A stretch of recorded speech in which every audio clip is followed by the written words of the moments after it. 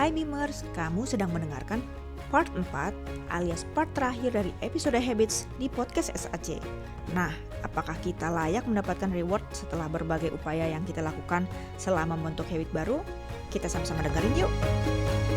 Nah, setelah kita terbentuk nih habit barunya, kita bisa gak sih untuk kasih self reward gitu buat diri kita sendiri, atau apa ya bilangnya ya, penghargaan ya, reward gitu, karena kita akhirnya udah berhasil nih bikin habit baru. Misalnya tadi balik lagi deh, kita ngomonginnya ke gym deh, akhirnya kita berhasil, atau nggak usah ke gym, kita berhasil tiap hari jalan pagi aja atau lari pagi aja, atau ya lari lah pokoknya olahraga gitu.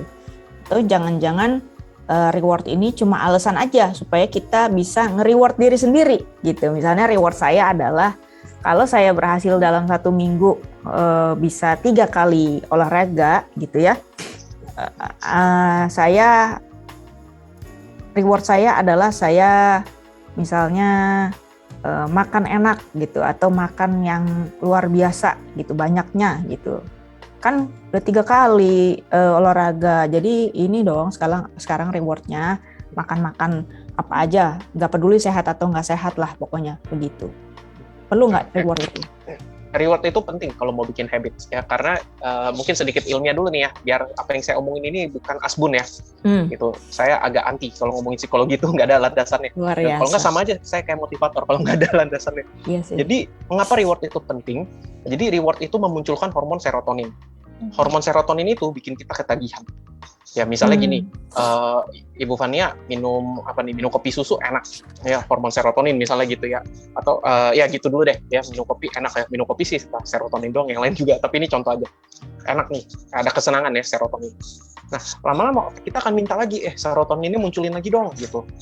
Nanti akan dipikirin terakhir gimana cara munculinnya. Oh terakhir serotonin itu muncul setelah minum kopi susu misalnya ya, susu rasa kopi. Jadi kita akan mengulanginya lagi. Setelah kita ulangi, serotoninnya muncul lagi, happy, senang lagi gitu, happy lagi.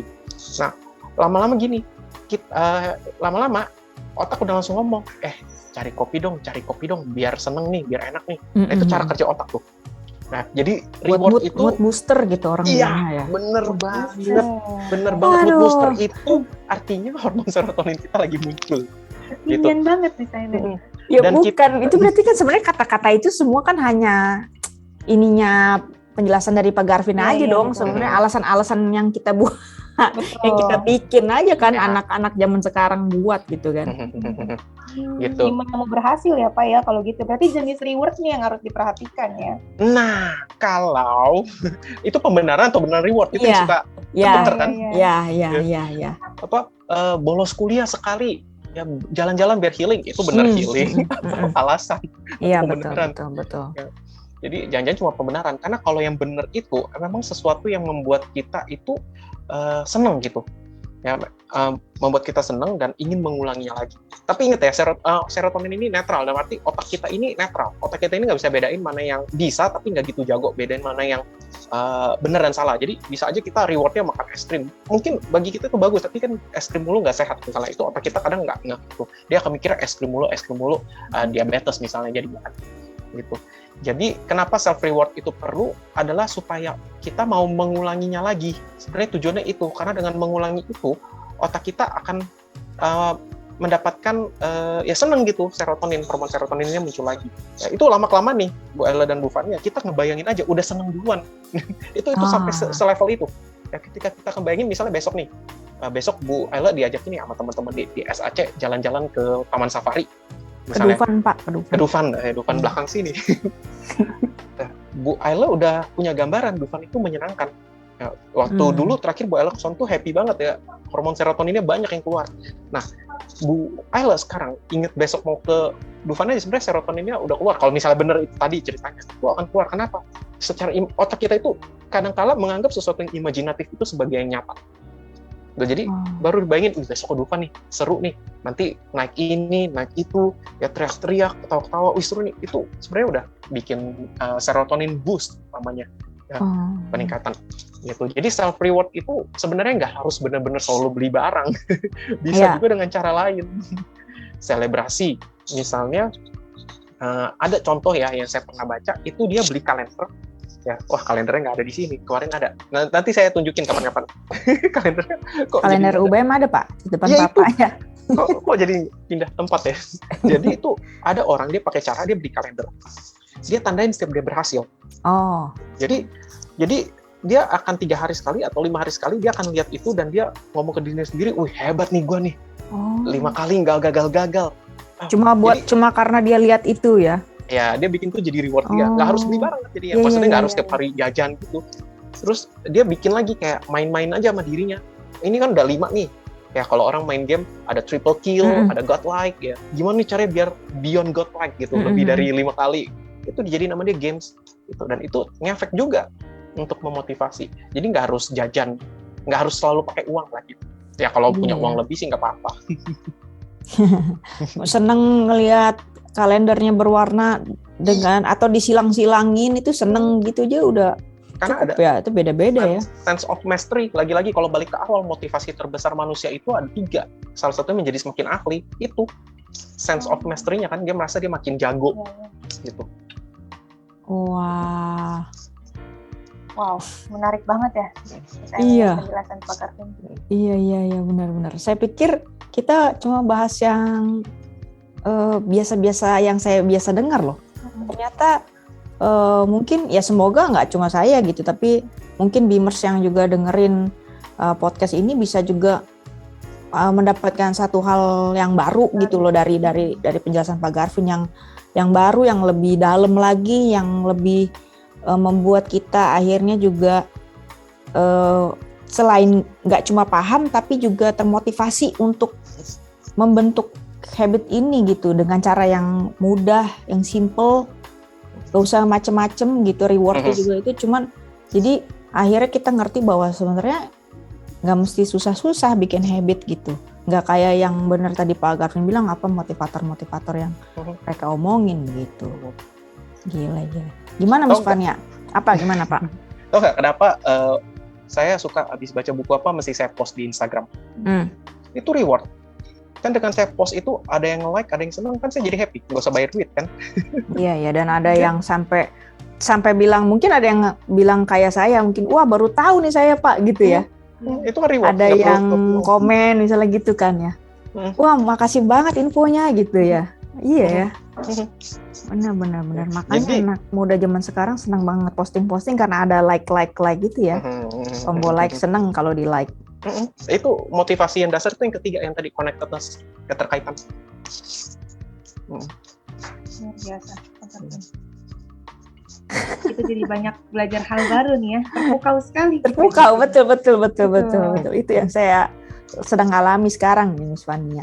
Gimana Miss Fania, mungkin mau nambahin? Ya menarik aja Miss. Aku jadi terpikir juga nih banyak hal-hal yang oh iya kayak minum kopi gitu ya, bener juga.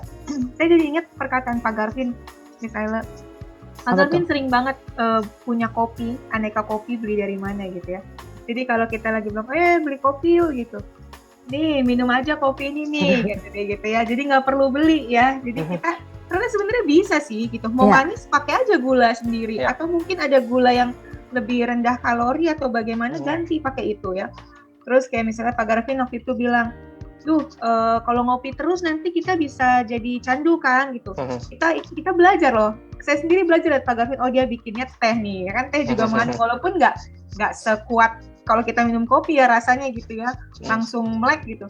Ternyata bisa loh gitu. Jadi memang ya semudah itu ya ketika kita melihat ada benda di sekitar, saya jadi perhatiin, mungkin itu caranya kita ya, benar juga kata Pak Garvin, jadi asosiasi. Jadi Pak Garvin selalu meletakkan bubuk-bubuk kopinya itu di dekat dia gitu ya, supaya terlihat. Ya, jadi nggak perlu beli turun jajan buat beli kopi gitu misalnya. Mungkin itu yang perlu kita coba ya.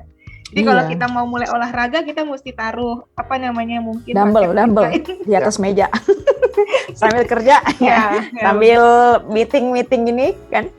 Ya benar juga ya. Menarik banget nih. Oke. Wah banyak banget ya Beamers nih yang bisa kita dapetin di episode ini nih. Betul. Nah sebelum kita tutup nih, iya. Pak Garvin, ada kesimpulan yang bisa dibagikan mungkin satu dua kalimat gitu untuk Beamers yang dengerin sebelum akhirnya kita tutup? yang biasanya suka dikutip jadi quotes gitu ya Miss ya. Betul. Barangkali. Ntar saya cut. Saya sebarin satu Beamers.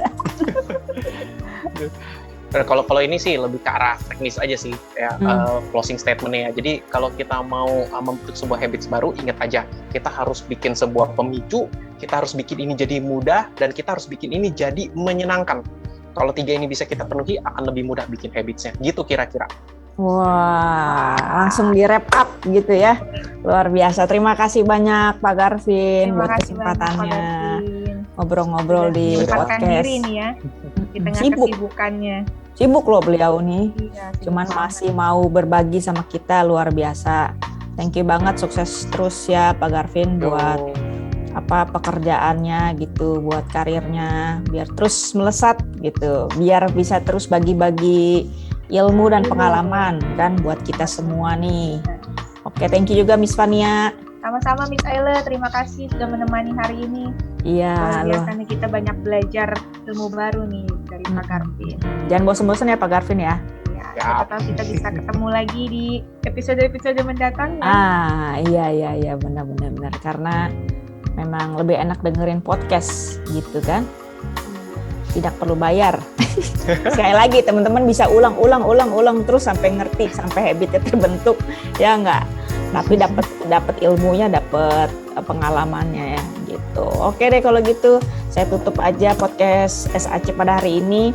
Sampai jumpa semuanya, selamat beraktivitas kembali. Sehat selalu buat kita semua. Bye bye. Bye. Thank you.